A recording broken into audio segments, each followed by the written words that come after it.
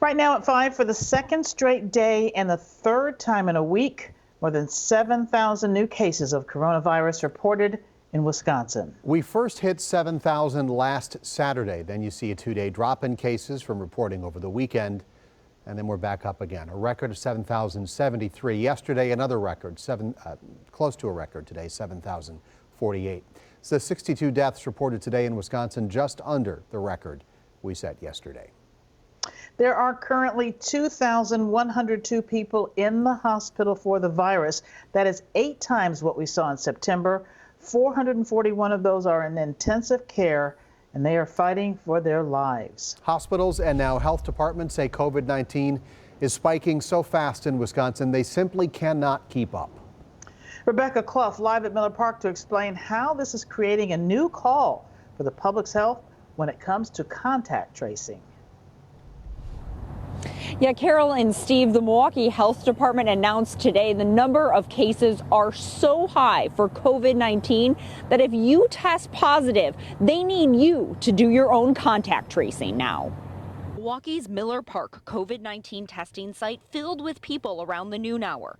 Each person in line a potential positive case. And though doctors and health leaders are urging more testing, there is a vital next step that's missing. We could triple the amount of testing we're doing in Wisconsin, but I don't think that's going to be as effective as it could be if we were not doing a better job of contact tracing. With record levels of COVID-19 positive cases, the Milwaukee Health Department announced it will likely not be able to tell you if you've been exposed to someone with COVID-19. The Washington Ozaki Health Department says it's already there.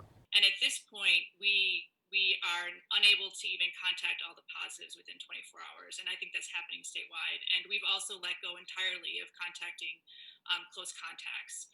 Milwaukee released this statement saying people who have tested positive are asked, to the extent that they're able, to personally reach out to their close contacts to alert them to exposure.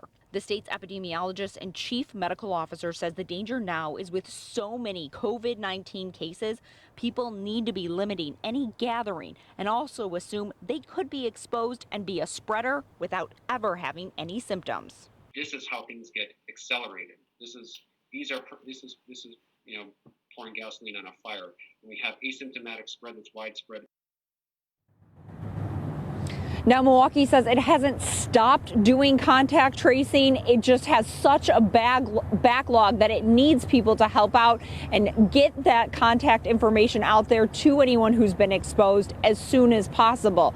Now, if you are positive and you don't want to tell someone in person, there is a way you can do that anonymously. We have a link on how to do that on our website, tmj4.com. Reporting live at Miller Park, Rebecca Clough, TMJ4 News. All right, Rebecca, thank you.